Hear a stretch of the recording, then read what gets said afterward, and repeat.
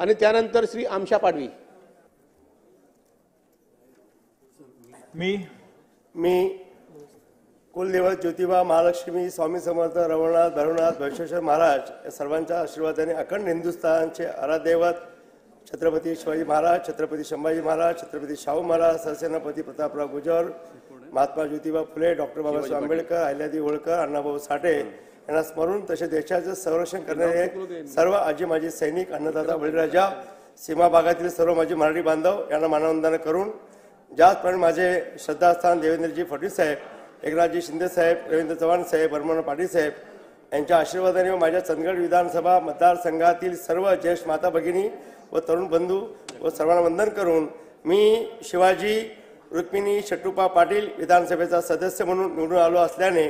ईश्वर साक्ष शपथ घेतो की कायद्याद्वारे स्थापित झालेल्या अशा भारतीय संविधानाबद्दल मी खरी श्रद्धा व निष्ठा बाळगीन, भारताची सार्वभौमता व एकात्मता उन्नीत राखीन आणि आता जे कर्तव्य हाती घेणार आहे ते निष्ठापूर्वक पार पाडीन। जय हिंद, जय महाराष्ट्र, जय चंदगड।